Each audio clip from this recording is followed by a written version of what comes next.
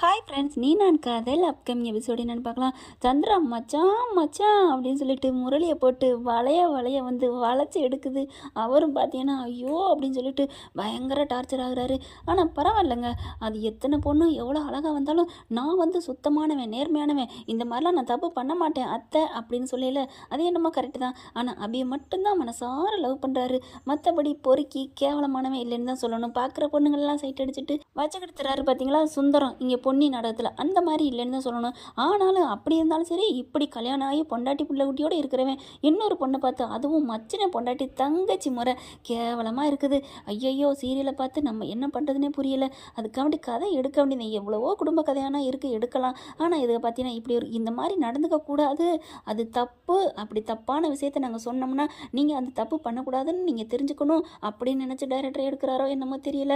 ஆனால் அப்படியே தவிக்கிறாரு கடந்துக்கிட்டு முரளி. ஐயோ, படுத்தி எடுக்கிறாளே, மச்சான் வாங்க சாப்பிட, மச்சான் அப்படி, மச்சான் எனக்கு இப்படி பண்ணுவீங்க அப்படின்னு சொல்லிட்டு பயங்கரமாக டார்ச்சர் பண்ணுறாங்க. அதுக்கப்புறம் ஆஸ்பத்திரி கூட்டிகிட்டு போங்க, வாங்க மச்சான் அப்படின்னு சொல்லிட்டு வேறு வழியே இல்லை, ஆஸ்பத்திரி கூட்டி போகிறாங்க. அங்கே போயிட்டுருக்கல, இங்கே பார், உண்மையை சொல்லு, உன்னை நான் எனக்கு தெரியுமா, என்ன உனக்கு தெரியுமா, நீ பொய் சொல்லாத பொய் சொல்லாத, என்ன மச்சான் அப்படிலாம் சொல்கிறீங்க அப்படின்னு சொல்லிட்டு இருக்கையில, இங்கே பார், இங்கே தான் யாரும் இல்லை, நான் உன்னை பார்த்ததே இல்லை தெரியுமா, என்ன மச்சான் நீங்கள் தான் நினைவு இல்லைங்கிறீங்கல்ல, அதுக்கு முன்னாடி என்ன தெரிஞ்சிருக்கும், அந்த நினைவு மட்டும் வந்துச்சுன்னா என்ன உங்களுக்கு தெரியும், நீங்கள் அப்படியே அடியே சந்தூன்னு என்னை தூக்கி கட்டிக்குவீங்க அப்படின்னு சொல்ல, ஐயோ படுத்தி படுத்துறாளே அப்படின்னு வந்துக்கிறாரு. ஆஸ்பத்திரிக்கு போயிட்டு வந்துடுறாங்க.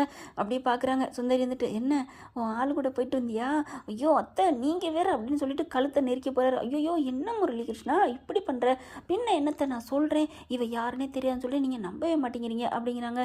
அதுக்கப்புறம் இங்கே பாருமா தாயே மகமாயி, உன்னை யாருன்னே எனக்கு தெரியாதுமா, ப்ளீஸ்மா என் பொண்டாட்டி வர்றதுக்கு நீ இதை விட்டு கிளம்பி போறியா அப்படிங்கிறாங்க.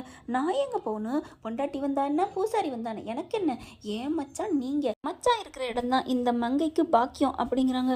ஐயோ தாங்க முடியலைங்க. பார், நீ பணம் காசுக்கு ஆசைப்பட்டு தான் வந்திருக்கேன்னு எனக்கு தெரியுது, உண்மையை சொல்லு, உனக்கு பணம் வேணுமா, எவ்வளோ வேணும், என்ன மச்சான் பணத்துக்கு ஆசைப்படுறவள நான், நீ எவ்வளவோ வந்து என்கிட்ட கொட்டி கொடுக்குறதுக்கு வந்திருப்ப நம்ம வீட்டுக்கு, நான் வேண்டாம் அப்படின்னு சொல்லிட்டு உங்களை நான் எப்படி பக்குவமாக அனுப்பியிருக்கேன். ஆனால் என்னட்ட ஆசைதீர அன்பாக கட்டி பிடிச்சி உமா கொடுப்பீங்களே, இப்போ ஏன் கொடுக்க மாட்டேங்கிறீங்க, கொடுங்க மச்சான் கொடுங்க அப்படின்னு கிட்டக்க போக, சே தள்ளு அப்படின்னு ஒதுங்கி போகிறாரு. ஐயோ படுத்துறாளே, இங்கே பாரு உனக்கு பணம் தர்றேன் வாங்கிக்க, நீ போயிரு தயவு செஞ்சு அப்படிங்கிறாங்க. உங்கள் பணம் எனக்கு எதுக்கு அப்படின்ட்டு போயிடுறாங்க. அதுக்கப்புறம் அபிகிட்ட போய் அங்கே எல்லாத்துட்டையும் போய் சொல்கிறாங்களா, அடியே ஏன் வேணாங்கிற, பணத்தை வாங்கு, ஒரு ஐடியா சொல்கிறோம் அது மாதிரி நடந்துக்கோ அப்படிங்கிறாங்களா. அப்படியா, சே தெரியாமல் போச்சே, இப்போ போய் திடீர்னு பணம் கேட்டால் மறுபடியும் டவுட் வராதா அந்த ஆளுக்கு அப்படிங்கிறாங்க. அதெல்லாம் வராது, நீ போ, அவன் தான் இப்போ என்ன சொல்கிறதுன்னு தெரியாமல் இருக்கிறான் அப்படின்னு இங்கே அபிராகவெலாம் சொல்கிறாங்க. சரி மச்சான், என்னது மச்சானா, ஐயோ சரிங்கங்க, ஐயோ நான் பாத்திரமாவே மாறிட்டேன் அப்படின்ட்டு போகிறாங்க சந்திரா. அதுக்கப்புறம் ராகவ அபி பார்க்குறாங்க. அப்படியே முறைக்கிறாங்களா, ஏய் என்ன எதுக்கடி முறைக்கிற அப்படிங்கிறாங்க. அது என்ன மச்சான்னு சொல்லுது அப்படியே ரசிக்கிறீங்க, நான் எங்கடி ரசித்தேன் அப்படிங்கிறாங்க. உங்களை வச்சுக்கிறேன் இருங்க அப்படிங்கிறாங்களா. அப்போ வச்சுக்க சந்தோஷம் அப்படின்னு ராகவ சொல்ல, உங்களை அப்படின்னு ஒரு இடி இடிச்சிட்டு போக அம்மா அப்படிங்கிறாங்க. ஆகாஷ் பார்க்குறாரு, சண்டையிலே இவ்வளோ கூடலா அப்படிங்கிறாங்க. டேய் வேண்டாண்டா, நீ வேற கண்ணு வைக்காதடா, அவள் எப்படா என்கிட்ட பேசுவான்னு நான் தவா இருக்கிறேன் அப்படின்னு ராகவன் நினைக்கிறாங்க. கூடிய சீக்கிரம் நடக்கும் அப்படிங்கிறாங்க. அடுத்து பார்த்தா எல்லாரையும் சாப்பிட கூப்பிட்றாங்க. வாங்க மச்சான் வாங்க மச்சான் சாப்பிட அப்படிங்கிற. ஐயோ கொடுமைப்படுத்துகிறாளே சுந்தரி. உடனே உன்னை ஆசையாக கூப்பிட்றா, யார் இந்த மாதிரி அஞ்சலி யாராவது உங்களை கூப்பிட்டுருப்பாங்களா, போங்க மச்சான் அத்தை. ஐயோ அவளோட சேர்ந்து எனக்கு வந்துருச்சு, இப்போ எல்லாருமே மச்சான்னு சொல்ல போகிறோம் அப்படி ஆக்கிட்டா. அவள் திரும்பினா நிமிந்தா மச்சாங்கிற அவள் குரல் தாண்டா கேட்குது, எப்படிடா உண்மையிலே நீ அவள் கூட இருந்தியா, ஐயோ அத்தை அப்படின்னு சொல்லி புலம்புறாரு. அதுக்கப்புறம் எல்லாரும் வந்துடுறாங்க, சாப்பிட போகிறாங்க, உட்காடுறாங்க, பரிமாறுறாங்க. என் மச்சானுக்கு நான் ஊட்டி விட்டா பிடிக்கும், அம்மா தாயே நானே சாப்பிட்டுக்கிறேன் விடு அப்படிங்கிறாங்க. அதுக்கப்புறம் மச்சான், நான் டிவியில் ஒரு நியூஸ் வாசிக்கையில் பார்த்தேன், ஒரு அக்கா போட்டிருந்துச்சு தோடு சூப்பராக இருந்துச்சு வைரத்தோட, அதுக்கு எனக்கு அதே மாதிரி வாங்கி தரீங்களா அப்படிங்கிற. ஏய் ஒன்று அப்படிங்கிறாங்க. வேணாட்டினா விடுங்கோ, நீங்கள் வாங்கி தராட்டியும் பரவாயில்ல, காசு தாங்க நான் வாங்கிக்கிறேன் அப்படிங்கிறாங்க. காசு வேணான்னு ரொம்ப பீத்துனேன், இப்போ என்னடி காசு அப்படின்ட்டு மனசுல நினச்சிட்டு சாப்பிட்றாங்க. அதுக்கப்புறம் வேலையெல்லாம் முடிஞ்சிருது. அப்படி தனியாக தோட்டத்து பக்கம் உட்காந்துட்டு என்ன பண்ணலாம் யோசிச்சுக்கிட்டு இருக்காங்க. அங்கே போகிறாரு முரளி. என்ன என்ன சாந்தி, சாந்தியா பூந்தியா, என்ன பேர்? சந்திரா அப்படிங்கிறாங்க. உன் பேர் கூட எனக்கு தெரியல, ஆனாலும் உங்ககிட்ட வந்து நான் சந்து சந்துன்னு சொன்னேன்னு சொல்கிறேன். ஐயோ இப்படி தான் மச்சான் சொல்லுவீங்க மச்சான் அப்படிங்கிற. ஐயோ மச்சாங்கிறத நிறுத்திரியா தயவு செஞ்சு, நீ வேறு என்ன வேணாலும் சொல்லிக்க. சரிங்க மச்சான் ஐயோ அப்படிங்கிறாரு. அதுக்கப்புறம் சரி மாமான்னு சொல்லட்டா, சொல்லுங்க மாமா சொல்லுங்கள் அப்படிங்கிறாங்க. இது அதை விட கேவலமாக இருக்கே. நீ ஒன்றும் சொல்ல வேணாம், நீ காசு தானே கேட்ட, நான் தான் தரேன்னு சொன்னேன்ல, நீ அப்போ வந்து காசு தரேன் ஓடிப்போன்னு சொன்னேன், அதனால வேணாண்ணே, இப்போ காசு கூட நான் நகை வாங்கிக்கிறேன் அப்படிங்கிறாங்க. ஆனால் அதோட ஓடி போறியா, அது வாங்கிட்டு அப்புறம் தான் நான் சொல்லுவேன் அப்படிங்கிறாங்க. அதெல்லாம் முடியாது, இப்போ உனக்கு நகை வேணும்னா எத்தனை வேணும்? 5 லட்சம் தரேன் போயிடுறியா? 5 லட்சம் தர்றீங்களா? எனக்கு எதுக்கு 5 லட்சம் அப்படிங்கிறாங்க. சரி 10 லட்சம். அதெல்லாம் முடியாது. ஐயோ இப்போ என்ன பண்ணுறது, அவரோட அக்கௌண்ட்டில் 10-20 லட்சம் இருக்குமா என்னன்னு தெரியலையே. 20 லட்சம் இருக்கும், எப்படியாவது வாங்கிடணும் அப்படின்ட்டு 20 லட்சம் தரேன் போதுமா அப்படிங்கிறாங்களா. சரி ஓகே பரவாயில்ல 20 லட்சம், வா சூப்பர், பரவாயில்ல பார்க்குறேன் அப்படிங்கிறாங்க. இங்கே பார் 20 லட்சத்தை வாங்கிட்டு ஓடி போயிடணும், மறுபடியும் நிற்கக்கூடாது சரியா அப்படிங்கிறாங்களா. உடனே சரிங்க மச்சான் ஐயோ அப்படின்னு சொல்லிட்டு கிளம்புறாரு. 20 லட்சத்தை பேக் பண்ணுறாரு, ரெடி ஆகுறாரு. உள்ளுக்க போய் எப்படியோ அஞ்சலிட்டா அப்படி இப்படின்னு கேட்டு வாங்கிடுறாருங்க. வாங்கிட்டு வேகமாக சந்தோஷமாக வராரு. பார்த்தா அப்பா என்னையோட தொலைஞ்சா அப்படின்னு நினச்சிட்டு வராங்களா. வந்துட்டு போயிட்டு இங்கே சந்திரா இங்கே வா அப்படின்னு கூப்பிட்றாங்க. என்ன மச்சான், சரி கூப்பிட்டு தோலை, இன்னும் கொஞ்சம் நேரம் தானே கூப்பிட போகிறேன் அப்படின்ட்டு, இந்தா இதில் 20 லட்ச ரூபா இருக்குது, நீ இதை எடுத்துகிட்டு ஓடி போயிரு எங்கிட்டாச்சும் அப்படிங்கிறாங்க. ஏன் மச்சான் எங்கிட்டாவது ஓடணுங்கிற, நான் நம்ம வீட்டுக்கு போகிறேன் வா, ஐயோ படுத்து எடுக்காத போறியா அப்படிங்கிறாங்க. அதுக்கப்புறம் பணத்தை வாங்கிக்கிறாங்களா. இருடா மவனே உனக்கு இருக்கடா வேட்டு அப்படின்னு உள்ளுக்குள்ளே வராங்க. என்ன உள்ளுக்கு போகிற, இப்படி தோட்டத்து வழியாக வெளில போ அப்படிங்கிறாங்க. நான் ஏன் வெளில போகணும் அப்படின்னு சொல்லிட்டு எல்லாரையும் கூப்பிட்றாங்க. இங்கே வாங்க பாட்டி இங்கே வாங்க அப்படின்னு சொன்னோன்னா எல்லாரும் வர்றாங்க. என்னாச்சு என்ன விஷயம் அப்படிங்கல. இங்கே பார்த்தீங்களா இந்த பெட்டிகள் என்ன இருக்குது தெரியுமா, என்ன இருக்குது பார்க்குதா, பெட்டியை பார்த்தா பணம் நகை இது ஏதாவது இருக்குதா அப்படின்னு கேட்குறாங்க. அப்புறம் என்ன அதுக்குள்ள நான் கத்திரிக்காயாக இருக்க போகுது அப்படிங்கல. கரெக்டாக சொன்னீங்க, காசு தான் இருக்குது அப்படின்னு சொல்லிட்டு ஓப்பன் பண்ணி காமிக்கிறாங்க. பார்த்தா பணம் வெறும் 500 ரூபா தாளாக இருக்குது. என்னம்மா ஏதும்மா எங்கேயும் கழட்டிட்டியா, என்ன அவுத்துட்டியா, ஆட்டையை போட்டுட்டியா அப்படிங்கிறாங்க. அந்த பழப்பம் யாருக்கு வேணும் அப்படின்னு சொல்லிட்டு, எல்லாமே என் மாமா கொடுத்தது, உங்கள் வீட்டு பணம் தான் அப்படின்னு சொன்னோன்னே பாட்டி சித்தப்பாலாம் தூக்கி வாரி போடுது. ஏய் முரளி என்னடா நடக்குதுங்க, ஐயோ அது வந்து எதுக்கு கொடுத்தாரு தெரியுமா, நான் நகை கேட்டல, அதுக்கு நீ வைரத்திலே வாங்கிக்க, நெக்லஸ் வாங்கிக்கோ, அது வாங்கிக்கோ, இது வாங்கிக்கோன்னு சொல்லிக்காரு.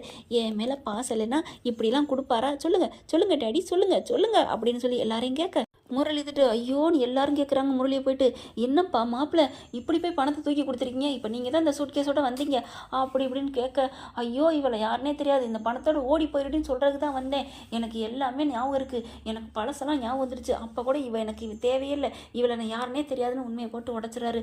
அப்படியே எல்லாரும் தூக்கி வாரி போடுது. அப்போது உங்களுக்கு பணசெல்லாம் ஞாபகம் இருக்கா, இதை எப்படி நாங்கள் நம்புறது, அதெல்லாம் நம்பணும்னு நான் என்னங்க பண்ணுறது, எனக்கு ஞாபகம்லாம் வந்துருச்சு போதுமா, இவெல்லாம் யாருனே தெரியாது, போய் சொல்கிறேன் பணத்தை வாங்க கொடுங்க அப்படின்னு சொல்லிட்டு பணத்தை பிடிச்சி வாங்கிடுறாரு.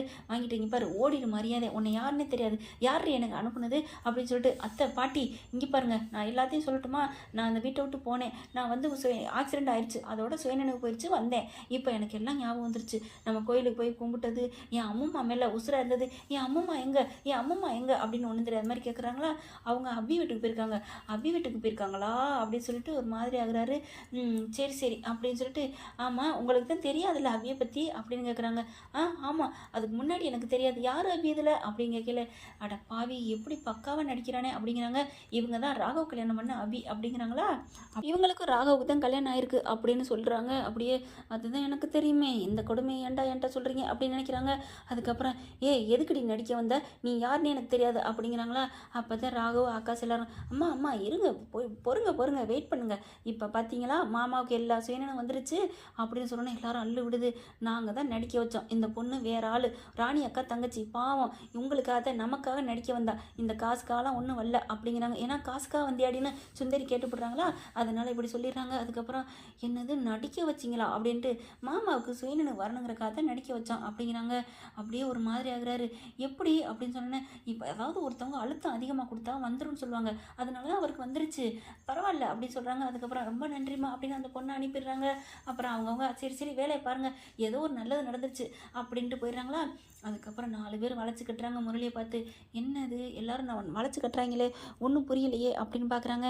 அதுக்கப்புறம் சரி சரி விடுங்க, எதுக்கு ரவுண்டு கட்டுறீங்க, எல்லாம் உண்மையும் தெரிஞ்சு போச்சு அவ்வளோதானே அப்படிங்கிறாங்க.